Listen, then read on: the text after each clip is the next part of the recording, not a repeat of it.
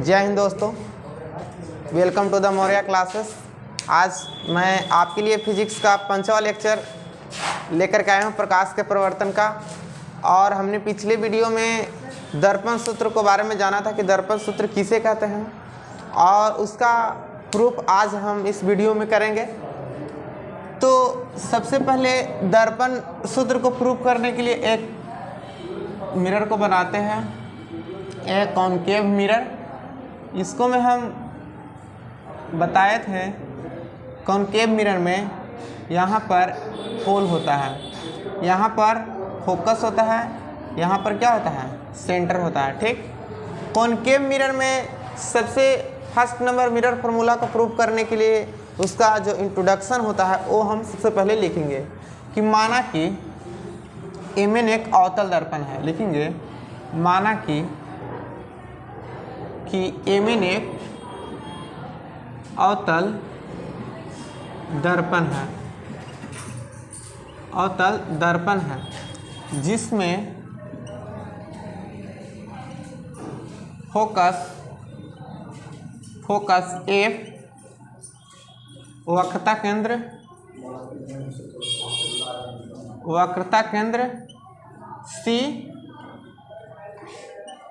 और ध्रुव P है,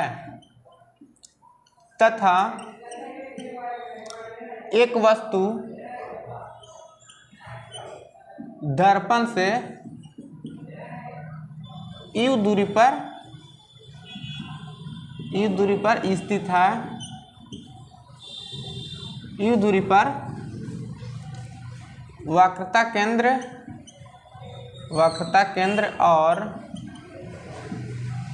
केंद्र और फोकस के बीच स्थित है, फोकस के बीच स्थित है, जिसका प्रतिबिंब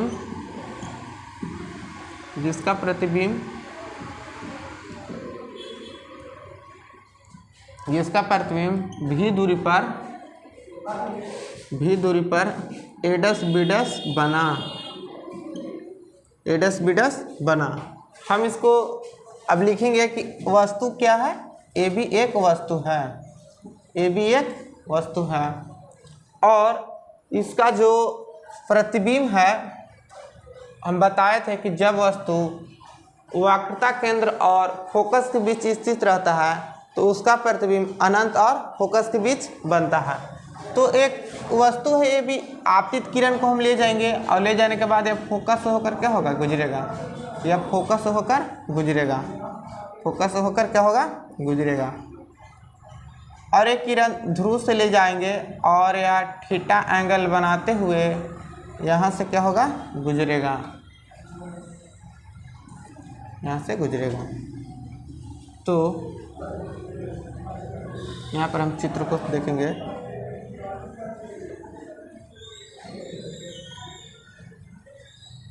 चित्र के माध्यम से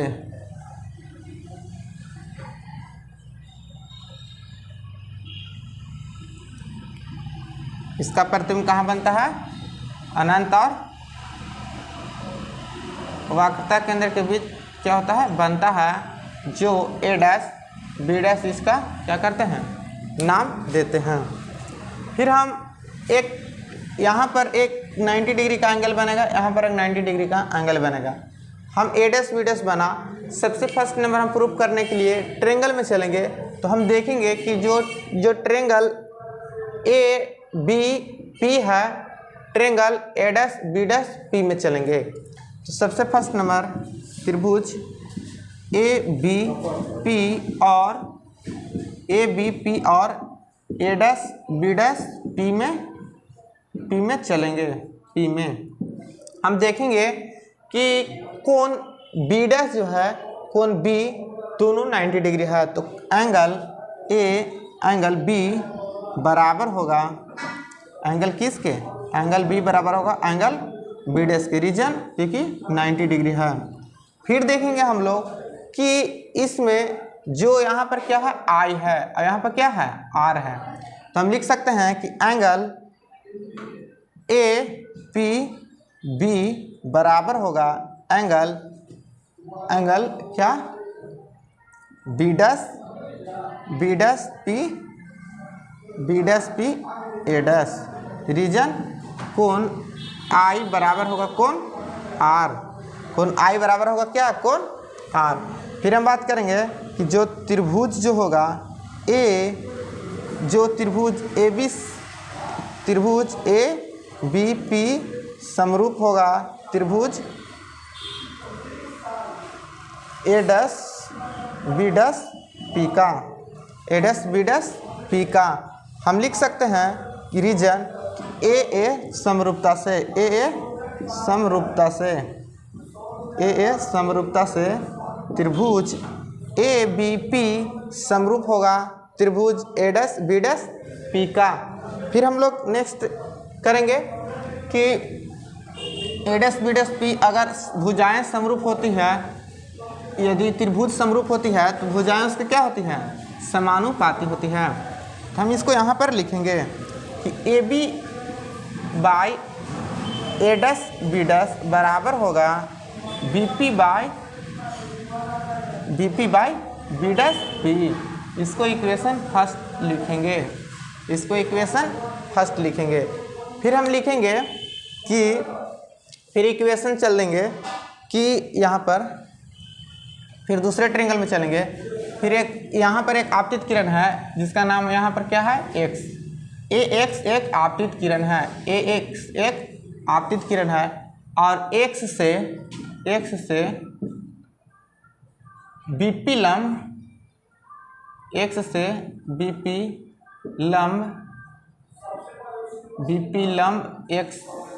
पी डाला। यहाँ पर से एक रचना करते हैं और एक लंब डालते हैं। यहाँ पर क्या होता है, यहाँ पर x, क्योंकि p बहुत करीब है तो हम इसको लिख सकते हैं कि यह भी p ही होगा। तो हम लोग एक और ट्रायंगल में चलेंगे। ट्रायंगल है कि त्रिभुज A dash B dash F equal A और किस में त्रिभुज ए वाला त्रिभुज में चलेंगे और एक ए वाला त्रिभुज में। तो हम लिख सकते हैं यहाँ पर क्या है P 90 डिग्री है तो एफ पी और एक्स में फिर हम लोग इसको में क्या करेंगे उसका बराबर करेंगे। फिर हम लोग लिख सकते हैं कि कोण बी डैश बराबर होगा कोण क्या कोण P। रीजन 90 डिग्री है। कोण B बराबर बी डैश बराबर होगा कोण किसके कोण P के क्या होगा बराबर होगा तथा कोण B dash F A dash बराबर होगा कोण P एफ एक्स का। कैसा कोण शीर्षाभिमुख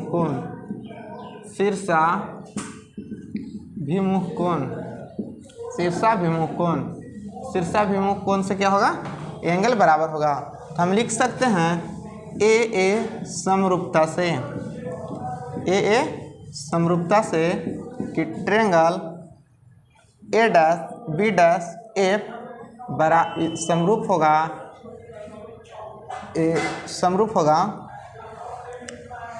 एक्स पी और एफ। हम लिख सकते हैं कि A dash B by X P बराबर होगा B dash F equal to by P F. तो हम लिख सकते हैं यहाँ से इसको इक्वेशन क्या करेंगे इक्वेशन 2 मान लेंगे। फिर हम चलेंगे इक्वेशन फर्स्ट एंड सेकेंड से। हम लिख सकते हैं कि ए डैश पी जो है ए डैश बी, यहाँ पर ए डैश बी डैश होगा ए डैश बी डैश बराबर होगा पी एफ। तो ए डैश बी डैश जो है ए डैश बी डैश हम लिख सकते हैं ए डैश बी डैश और यहाँ पर एक्स पी यहाँ पर किधर है एक्स और P B P X P के क्या होगा बराबर होगा एक्स पी के बराबर होगा।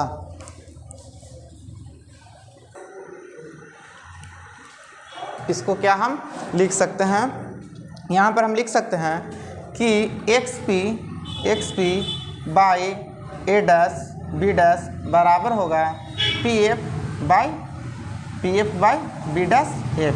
इसको इक्वेशन 2 मानेंगे, इसको इक्वेशन 2 मानेंगे। फ्रॉम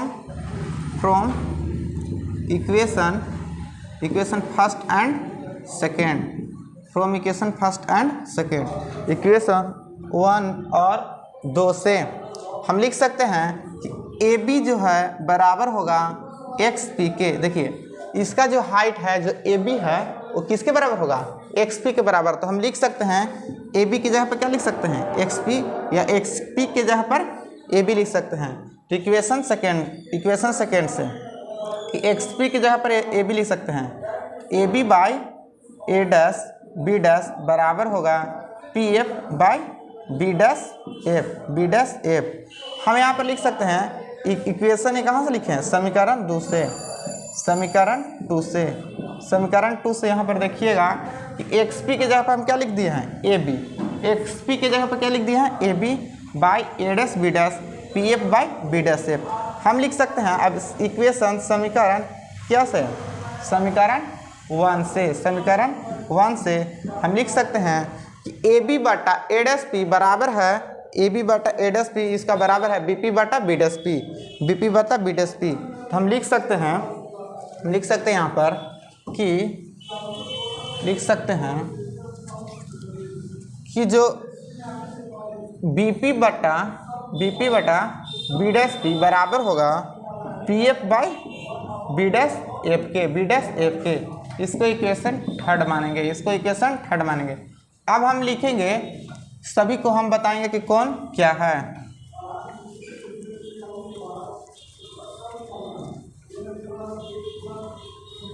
इसको में हम लिखेंगे कि जो बीपी है, बीपी देखिए यहाँ बी और पी, बीपी क्या है, वस्तु दूरी, तो बीपी हम लिखेंगे वस्तु दूरी क्या हम लेते हैं, आपतित किरण के विपरीत दिशा में है, आपतित किरण के क्या है, विपरीत दिशा में है, तो हम क्या लिखेंगे माइनस यू, तथा बी डैश पी क्या है, बी डैश पी ये क्या है, प्रतिबिंब दूरी है। तो बी डैश पी क्या, इसको क्या लेंगे, प्रतिबिंब दूरी। ए भी है, वास्तविक है, तो माइनस होगा, उसके हम विपरीत दिशा में दूरी को क्या कर रहे हैं, माप रहे हैं। तथा हम इसको लिख सकते हैं पी एफ है, पी और एफ को क्या कर सकते हैं, फोकस दूरी, यानी कि पी एफ फोकस दूरी है तो माइनस एफ लेंगे। रीजन कि अवतल दर्पण का फोकस दूरी ऋणात्मक होता है। बी डैश एफ हमको कोई दूरी पता नहीं चल रहा था, हम इसको लिख सकते हैं कि बी पी डैश से पी एफ को घटा देंगे, तो हम लिख सकते हैं कि बी डैश एफ बराबर हम लिख सकते हैं, क्या लिख सकते हैं कि बी डैश पी माइनस क्या होगा, F P, B dash P minus F P होगा। और हम एफ पी को क्या बोले हैं, एफ पी या पी एफ को माइनस एफ, यानी कि फोकस दूरी। तो हम लिखेंगे उसको हम मान पुट करेंगे, बी पी का वैल्यू कितना है, minus U, B dash P का वैल्यू कितना है, माइनस भी, फ्रॉम पी एफ का वैल्यू माइनस एफ, फिर बी डैश एफ का वैल्यू क्या है, माइनस भी, और माइनस एफ पी का वैल्यू कितना है, माइनस एफ, तो माइनस एफ लिखेंगे। और यहाँ पर लिखने के बाद ए से क्या हो गया, ख़त्म हो गया। यहाँ पर लिख सकते हैं कि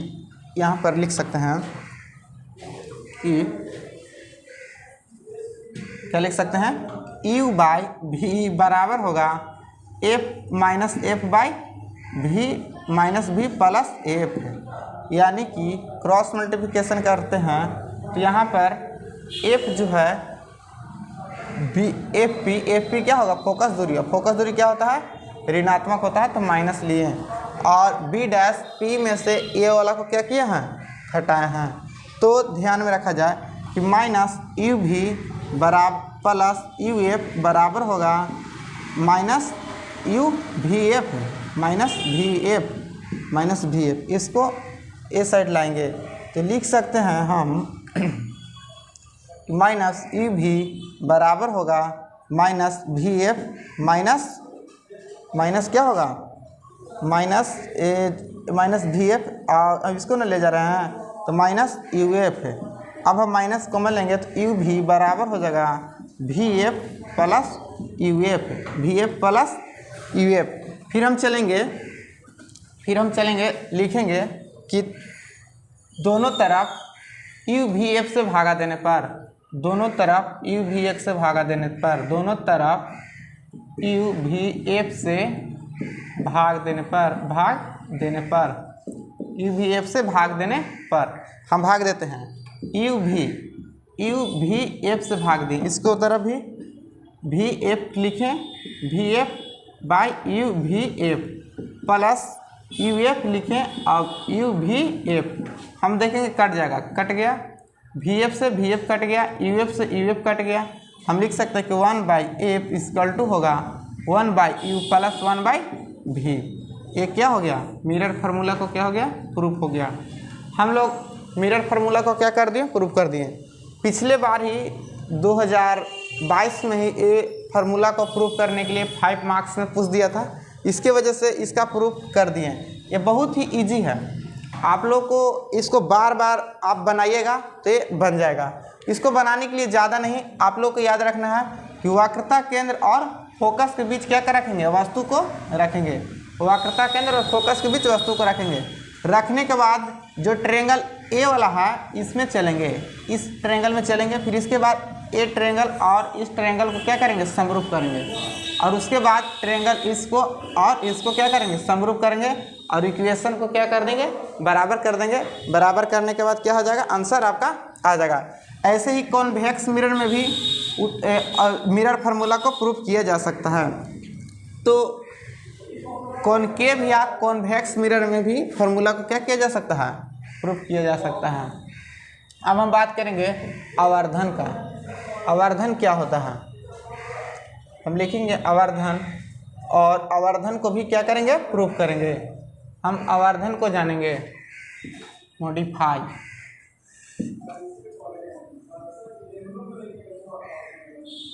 आवर्धन को क्या करेंगे, प्रूफ करेंगे। आवर्धन को लिखेंगे कि आवर्धन क्या होता है।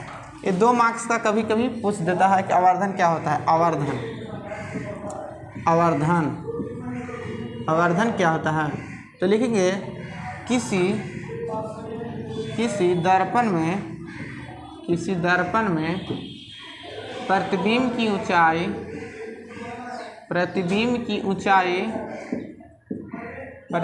ऊंचाई और वस्तु की ऊंचाई के अनुपात को आवर्धन कहते हैं। ऊंचाई के अनुपात को क्या कहते हैं, आवर्धन कहते हैं।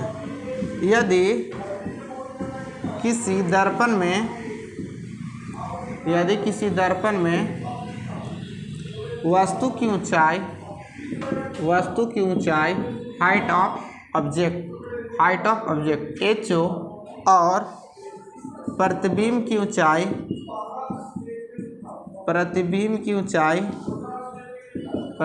ऊंचाई HI height of image HI हो, तो आवर्धन इक्वल टू HI हो, तो आवर्धन यहाँ पर लिखे ना कि आवर्धन कहते हैं, तथा इसे यहाँ पर लिखे तथा इसे बड़ा एम से सूचित करते हैं, तथा इसे एम से सूचित करते हैं, तथा एम से सूचित करते हैं। यहाँ पर हम लोग लिख लेंगे कि तथा इसे एम से सूचित करते हैं, तथा इसे एम से सूचित करते हैं। तो आवर्धन इक्वल टू हो जाएगा हाइट ऑफ प्रतिबिंब की ऊंचाई वस्तु की ऊंचाई, यानी कि एम इक्वल टू हम लिख सकते हैं HI/HO। और एक और फार्मूला होता है -V/U। हम इसको अभी जस्ट प्रूफ करेंगे कि ये फार्मूला कहाँ से आया और ये कैसे होता है। अब हम आवर्धन से एक इम्पोर्टेंट बात नोट में इम्पोर्टेंट जो है नोट में लिख लीजिएगा, यह है कि आवर्धन का बीमा, आवर्धन का मात्रक नहीं होता है, मात्रक नहीं होता है। ये भी यही पॉइंट है कि आवर्धन का मात्रक नहीं होता है। आपको याद रखना है, ऑब्जेक्टिव में पूछा जा सकता है कि आवर्धन का मात्रक क्या होता है। ऑप्शन में दिया हो रहेगा मीटर, सेंटीमीटर, एम्पियर, कूलम की मात्राहीन या इनमें से कोई नहीं, तो आप लोग को टिक आउट करना है। तो आवर्धन क्या है आप लोग जान गए कि किसी भी दर्पण में प्रतिबिंब की ऊंचाई और वस्तु की ऊंचाई के अनुपात को क्या कहते हैं, आवर्धन कहते हैं। और आवर्धन को छोटा एम से सूचित करते हैं, एम से सूचित करते हैं, इसका कोई मात्रक नहीं होता है। और आवर्धन इक्वल टू फॉर्मूला होता है HI/HO इक्वल टू -V/U। हम प्रूव करेंगे कि -V/U कैसे आता है। आवर्धन को क्या करेंगे, प्रूफ करेंगे। आवर्धन को क्या है, प्रूफ करेंगे।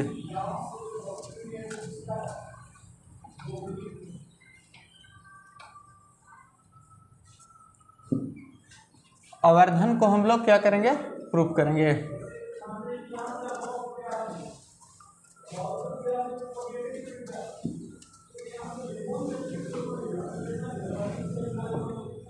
आवर्धन को प्रूफ करेंगे। तो आवर्धन को प्रूफ करने के लिए हम लोग सबसे फर्स्ट नंबर आवर्धन को प्रूफ करेंगे। प्रूफ करने के लिए अवतल दर्पण में क्या करेंगे, एक अवतल दर्पण बनाएंगे। और ये तो कभी पूछा ही नहीं गया है, लेकिन हम प्रूफ कर देते हैं क्योंकि मिरर फार्मूला भी पूछा नहीं गया था और पूछ दिया था, इसकी वजह से इसका प्रूफ करना पड़ रहा है। तो यहाँ पर क्या है, P है, यहाँ पर क्या है, F है, यहाँ पर क्या है, C है। और वस्तु को F और P के बीच में A भी एक वस्तु है, इसका प्रतिबिंब यहाँ पर बनता है जिस A', B'। हम एक आपतित किरण है, एक आपतित किरण है AX जो फोकस से होकर क्या होता है, गुजरता है, फोकस से होकर क्या होता है, गुजरता है। एक और किरण लेंगे यहाँ से और थीटा कोण बनाते हुए चला जाएगा, थीटा कोण बनाते हुए क्या होगा, चला जाएगा। एक प्रतिबिंब A' और A', बना। हम लिखेंगे सबसे फर्स्ट नंबर कि एक अवतल दर्पण एमिन है, एक अवतल दर्पण एमिन है जिसमें वस्तु की ऊंचाई,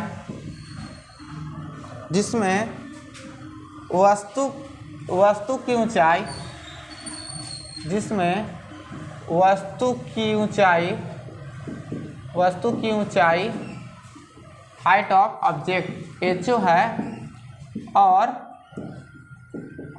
प्रतिबिंब की ऊंचाई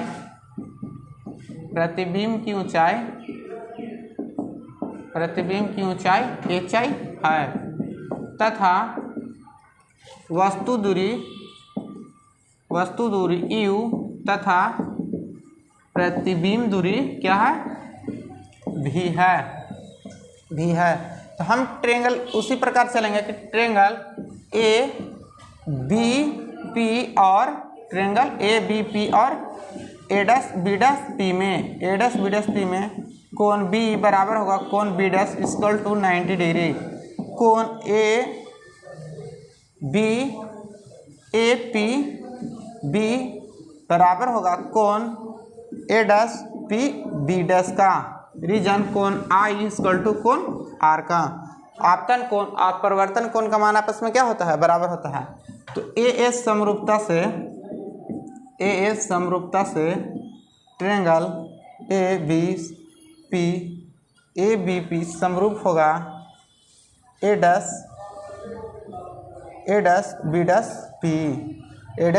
तो हम लिख सकते हैं जब समरूप होते हैं त्रिभुज तो उसकी भुजाएं क्या होती है, समानुपाती होती है। AB बटा A'B' बराबर होगा BP बटा B'P। हम देख सकते हैं कि AB क्या है, हाइट ऑफ ऑब्जेक्ट है, A'B' क्या है, हाइट ऑफ इमेज है, तथा BP क्या है, बी पी क्या है? वस्तु दूरी। और बी डैश पी क्या है? प्रतिबिंब दूरी। तो हम लिख सकते हैं कि A B equal to plus H, ऊपर क्यों ना लंबाई माप रहे हैं तो plus height of object plus में, A dash B dash P क्या होगा? A dash B dash P होगा माइनस एच आई, क्योंकि इसका जो दूरी है नीचे की ओर माप रहे हैं। और एक और बात को हम लिख सकते हैं कि वस्तु दूरी जो बी पी है माइनस यू होगा, क्योंकि हम उसके विपरीत दिशा में माप रहे हैं, तथा बी डैश पी माइनस भी होगा। अब इसका वैल्यू उसमें रखते हैं, इसका इक्वेशन क्या क्या कर लेंगे? 1 मान लेंगे। इस सब का वैल्यू कहाँ रखेंगे? इक्वेशन 1 में, इक्वेशन 1 में रखेंगे, इक्वेशन 1 में रखेंगे, इक्वेशन 1 में रखेंगे। तो ए बी का वैल्यू प्लस एच है तो प्लस एच लिख दिए समीकरण इक्वेशन फर्स्ट से, इक्वेशन फर्स्ट यानी कि समीकरण फ्रॉम इक्वेशन फर्स्ट या समीकरण 1 से ए बी का वैल्यू प्लस एच है, प्लस एच लिख दिए। और ए डैश बी डैश का माइनस एच आई लिख दिए, प्लस बी पी का वैल्यू माइनस सी है तो माइनस सी लिख दिए, और बी डैश पी का वैल्यू माइनस बी है तो माइनस भी लिख दिए। माइनस से माइनस खत्म, यानी कि H I by minus H आई बराबर होगा यू बाई भी का। तो हम लिख सकते हैं कि H O by H I height of object is equal to minus यहाँ पर है, इसको क्या करेंगे? मल्टीप्लाई करेंगे तो माइनस यू बाई भी। आपका यह क्या हो गया? आवर्धन का प्रूफ हो गया कि H I by H O minus भी बाई यू होता है। अब हम बताएंगे, एक नोट पॉइंट में लिखिएगा, आप लोग इसको इरेज करते हैं।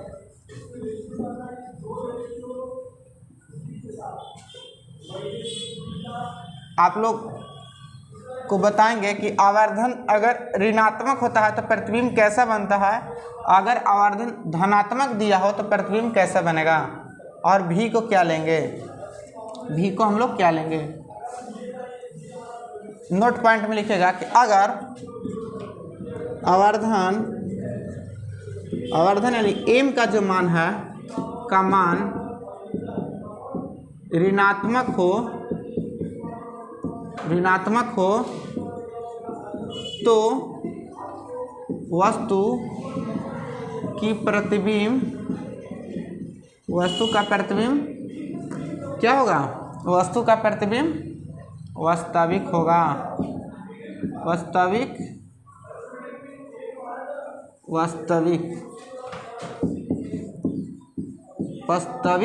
होगा, वस्तु का प्रतिबिंब वास्तविक होगा। अगर ऋणात्मक होगा, अगर धनात्मक होगा, अगर आवर्धन यानी m का जो वैल्यू धनात्मक होगा तो वस्तु का प्रतिबिंब क्या होगा?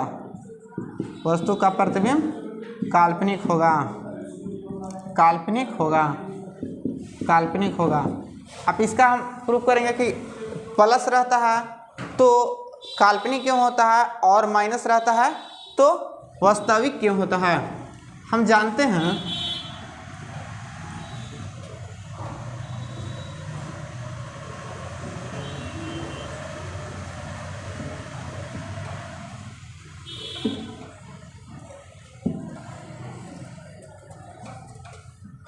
हैं कि माइनस भी बाई यू होता है एम का फार्मूला। अगर वास्तविक होगा, वास्तविक यानी कि दर्पण की ओर बढ़ रहा होगा तो भी क्या होगा? भी का वैल्यू क्या होगा? माइनस में आएगा, ठीक। और यू का जो वैल्यू भी होगा क्या होगा? माइनस में आएगा। यू का जो वैल्यू होगा माइनस में होगा, और भी का भी वैल्यू क्या होगा? माइनस में होगा। अगर भी का वैल्यू माइनस में रखें और यू का वैल्यू भी माइनस में रखें, और एक पहले से माइनस है तो एम का वैल्यू माइनस में ही आएगा, क्योंकि रीजन है कि वास्तविक वस्तु है।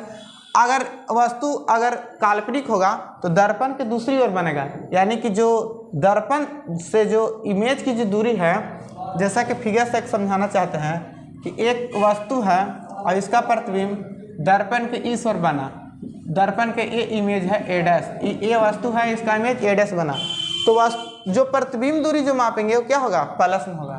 अगर यहाँ पर जो भी का वैल्यू है जो v का वैल्यू है यहाँ पर प्लस में रखेंगे, अब u का वैल्यू माइनस में रखेंगे, तो u तो पहले से माइनस है और माइनस रख दिए तो क्या होगा प्लस में, यानी कि m जो होगा प्लस होगा तो क्या होगा काल्पनिक होगा। अगर m माइनस आएगा तो क्या होगा वास्तविक होगा। अगर m माइनस होगा तो वास्तविक होगा, अगर m प्लस होगा तो काल्पनिक प्रतिबिंब बनेगा। ये आपको याद रखना है। अब हम बात करेंगे कि अवतल दर्पण का उपयोग कहाँ कहाँ होता है, उत्तल दर्पण का उपयोग कहाँ कहाँ होता है और समतल दर्पण का उपयोग कहाँ कहाँ होता है।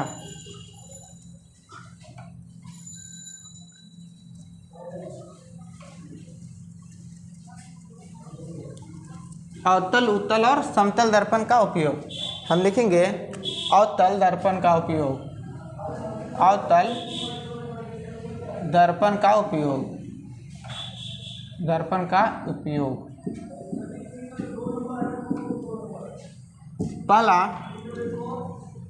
सबसे फर्स्ट नंबर हम लोग सैलून में जाते हैं तो अवतल दर्पण लगा हुआ रहता है जिसमें हम अपना इमेज देखते हैं। रीजन रहे अवतल दर्पण लगाने का कि अवतल दर्पण में थोड़ा सा प्रतिबिंब क्या होता है बड़ा दिखता है। तो लिख सकते हैं कि सैलूनों में देखिए कि अवतल दर्पण का उपयोग, अवतल दर्पण का उपयोग सैलूनों में और ब्यूटी पार्लरों में किया जाता है। ब्यूटी पार्लरों में किया जाता है। ब्यूटी पार्लरों में क्या होता है किया जाता है। सैलून और ब्यूटी पार्लरों में अवतल दर्पण का उपयोग किया जाता है। अवतल दर्पण का जो उपयोग टॉर्च में भी किया जाता है। जब हम लोग टॉर्च को जब खोलते हैं तो उसमें चमकता हुआ एक दिखाई देता है, वो अवतल दर्पण रहता है। जैसा कि ऐसा टॉर्च का भाग रहता है, ऐसा टॉर्च है, ऐसा टॉर्च है। और इस टॉर्च में जो यहाँ पर जो लगा हुआ रहता है, यहाँ पर लेप लगा हुआ रहता है, ये अवतल दर्पण का लेप लगा हुआ रहता है। और जो बल्ब है, और बल्ब का क्या है हिस्सा है, तो यहाँ पर जो लेप लगा हुआ रहता है अवतल दर्पण रहता है। रीजन है कि जो प्रकाश को ज़्यादा से ज़्यादा फैला सके, दूर में फैला सके। तो यहाँ पर एक जब यहाँ से प्रकाश निकलता है इधर इधर भी जाता है, इधर भी जाता है, तो जब यहाँ जाता है ये प्रकाश को क्या करता है ज़्यादा फैला जाता है। जब हमारे टॉर्च में बहुत ज़्यादा उसमें प्रकाश नहीं आता तो हम लोग दुकानदारों के पास जाते हैं, वहाँ पर तो उसको लेकर के जाते हैं वहाँ पर, तो वो कहता है इसको चेंज करता है, ना कि इसको चेंज करता है। लाइट में कोई प्रॉब्लम नहीं है, इसमें प्रॉब्लम है, तो मिरर को क्या करता है चेंज कर देता है, जिसके कारण उसका जो टॉर्च का जो लाइट है बहुत दूर तक जाने लगता है। तो हम लिखेंगे दूसरा उपयोग में कि अवतल दर्पण का जो उपयोग है, अवतल दर्पण का उपयोग, अवतल दर्पण का उपयोग कहाँ होता है टॉर्चों में, टॉर्च में, सर्च लाइट और वाहनों के हेडलाइट में किया जाता है। वाहनों के हेडलाइट में किया जाता है, वाहनों के हेडलाइट में किया जाता है, हेडलाइट में किया जाता है। तीसरा उपयोग हम लोग लिखेंगे कि वाहन का जो मोटरसाइकिल वगैरह रहता है तो उसमें जो मेन लाइट रहता है हेडलाइट, उसको में किस दर्पण का प्रयोग किया जाता है अवतल दर्पण के। ये बहुत ही इंपॉर्टेंट पॉइंट है, हेडलाइट और टॉर्च में सर्च लाइट। अवतल दर्पण, उत्तल दर्पण और समतल दर्पण का उपयोग बहुत ही इंपॉर्टेंट है। ये वीडियो आपको लिए बहुत ही इंपॉर्टेंट होने वाला है। रीजन है इसमें सभी VVI पॉइंट है, पहला चैप्टर का जितना भी VVI पॉइंट इसमें है। अवतल दर्पण का उपयोग, अवतल दर्पण का उपयोग डॉक्टरों द्वारा कान, नाक और गला देखने के लिए किया जाता है।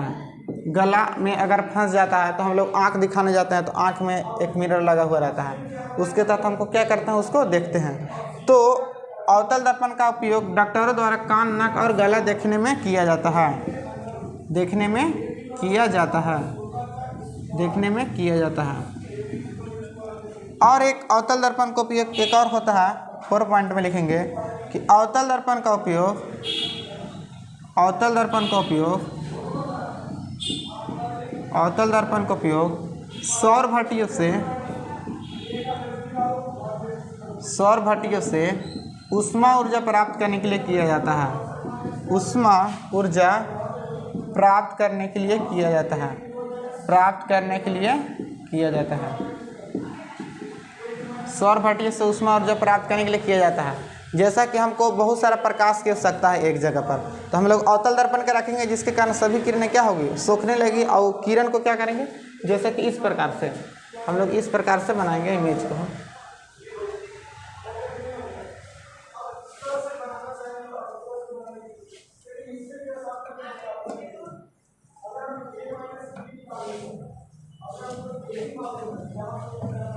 जैसा कि एक दर्पण है, अवतल दर्पण, अवतल दर्पण है एक, और यहाँ पर हमको ऊष्मा प्राप्त करना, किसी चीज़ को पिघलाना है, तो यहाँ से जब प्रकाश जाएगा यहाँ से बहुत सारा मात्रा में, तो यहाँ पर बहुत सारा मात्रा में एक जगह प्रकाश को क्या होगा, एक जगह प्रकाश क्या होगा, आएगा, जिसके कारण यहाँ पर किसी वस्तु को सौर भट्टी से ऊष्मा ऊर्जा प्राप्त करने के लिए अवतल दर्पण का ही प्रयोग किया जाता है। जब यहाँ हम उत्तल दर्पण लगा देते हैं, उत्तल दर्पण, तो सभी किरणें इधर इधर इधर जाने लगता है, लेकिन यहाँ पर नहीं आता। इसी की वजह से हम लोग उत्तल दर्पण का प्रयोग करते हैं, अवतल दर्पण का उपयोग करते हैं। अवतल दर्पण का उपयोग 4 हमने बताया कि अवतल दर्पण का उपयोग समतल, अवतल दर्पण का उपयोग कहाँ कहाँ हुआ, अवतल दर्पण का उपयोग गाड़ियों के हेडलाइट में, टॉर्चों में और सर्च लाइट में किया जाता है। इसका उपयोग डॉक्टरों के द्वारा कान, नाक और गला देखने के लिए किया जाता है।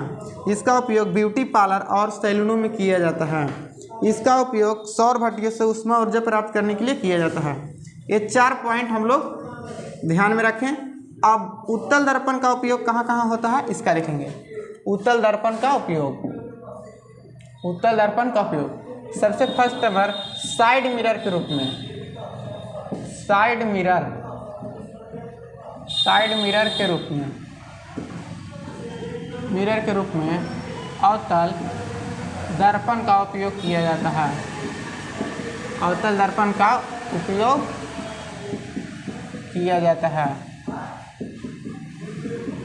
किया जाता है।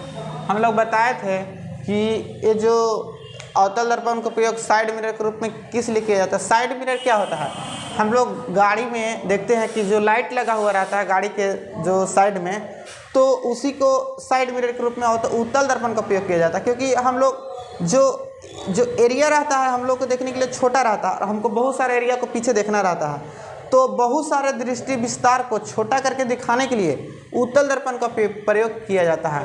उत्तल दर्पण का उपयोग किया जाता है, उत्तल दर्पण का उपयोग किया जाता है। यानी कि साइड मिरर के रूप में किस दर्पण का प्रयोग किया जाता है, उत्तल दर्पण। आपको ये पॉइंट याद रखना है, साइड मिरर के रूप में उत्तल दर्पण, साइड मिरर के रूप में उत्तल दर्पण। तीसरा पॉइंट है प्रहर्षण कमरे, प्रहर्षण कमरे में उत्तल दर्पण का उपयोग किया जाता है। उत्तल दर्पण का उपयोग, उत्तल दर्पण का उपयोग किया जाता है। उत्तल दर्पण का उपयोग किया जाता है प्रहर्षण कमरे में। जैसा कि हम लोग जाते हैं कहीं पर, एक ऐसा दीवार, ऐसा रूम जिसको में सिर्फ क्या हो, जिसको में सिर्फ मिरर ही लगा हो, इस दीवार पर, उस दीवार पर, उस दीवार पर, ऊपर नीचे सभी मिरर लगा हुआ हो, तो वहाँ पर जाने के बाद हमको पता नहीं चलता है किससे होकर निकलना है या किससे प्रवेश करना है, हमको कुछ भी नहीं पता चलता वहाँ पर। तो उसी को प्रहर्षण कमरा कहा जाता है कि सभी तरफ क्या हो, उसमें मिरर लगा हो, तो उसी को प्रहर्षण कमरा कहते हैं। फिर हम लोग उत्तल दर्पण का उपयोग तीखे मोड़ों पर करते हैं। तीखे मोड़ पर उत्तल दर्पण का उपयोग किया जाता है। उत्तल दर्पण का उपयोग किया जाता है। तीखे मोड़ पर उत्तल दर्पण का उपयोग किया जाता है। तीखा मोड़ मतलब कैसा मोड़, जैसा कि हम लोग इधर से जा रहे हैं और उधर से गाड़ी दिखाई नहीं दे रहा, हम इस तरफ से जा रहे हैं, जैसा कि ऐसा मोड़, ऐसा मोड़, ऐसा मोड़, यहाँ पर कुछ लगा हुआ है, दृष्टि विस्तार है, और यहाँ से कोई गाड़ी जा रहा है और इधर से भी कोई गाड़ी आ रहा है, और हमको पता ही नहीं चल रहा है कि उधर से कौन आ रहा है। कहीं कहीं ऐसा गली में भी रहता है कि इधर से कोई एक बैग गाड़ी जाता है, उधर से आ जाता है, तो वैसे जगह पर मिरर लगा हुआ रहता है, वैसे जगह पर मिरर लगा हुआ रहता है कि जो उधर से कोई गाड़ी आता हुआ दिखेगा तो उसका इमेज उस मिरर में क्या होगा, दिखाएगा। और यहाँ से कोई इमेज कोई गाड़ी पार करेंगे, हमको उसका इमेज लोकेगा, उसका मेरा इमेज लोकेगा, जिसके कारण दुर्घटना होने से क्या होगा, बच जाएगा। दुर्घटना होने से क्या होगा, बच जाएगा। तो अवतल दर्पण का उपयोग हम लोग 3 बात में किए कि अवतल दर्पण का उपयोग क्या, तीखे मोड़ों पर, प्रहर्षण कैमरे में, साइड मिरर में। चौथा, स्ट्रीट लाइट के रूप में भी इसका प्रयोग किया जाता है। स्ट्रीट लाइट के रूप में भी इसका प्रयोग किया जाता है। इसका प्रयोग किया जाता है। स्ट्रीट लाइट के रूप में भी इसका प्रयोग क्या हो जाता है, किया जाता है। तो 4 उपयोग अवतल दर्पण का हम लोग जाने, 4 उपयोग समतल दर्पण का जाने और अवतल दर्पण का जाने। अब हम लोग क्या करेंगे, समतल दर्पण का उपयोग को जानेंगे। समतल दर्पण का उपयोग क्या करेंगे, जानेंगे। समतल दर्पण का उपयोग कहाँ कहाँ होता है। समतल दर्पण का उपयोग सबसे फर्स्ट नंबर अपना चेहरा देखने के लिए क्या किया जाता है, किया जाता है। समतल दर्पण का उपयोग अपना चेहरा देखने के लिए किया जाता है।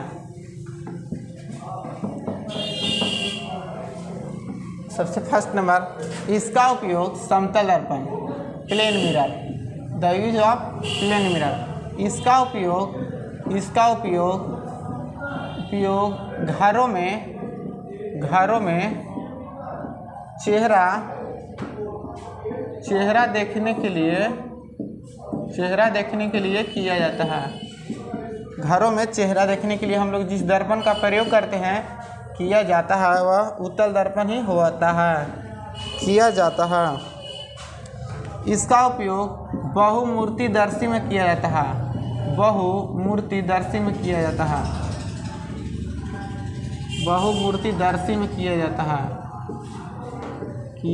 है। इसका उपयोग बहुमूर्तिदर्शी में किया जाता है। अब इसका उपयोग पेरिस्कोप में किया जाता है। इसका उपयोग पेरिस्कोप में भी किया जाता है। पेरिस्कोप में किया जाता है।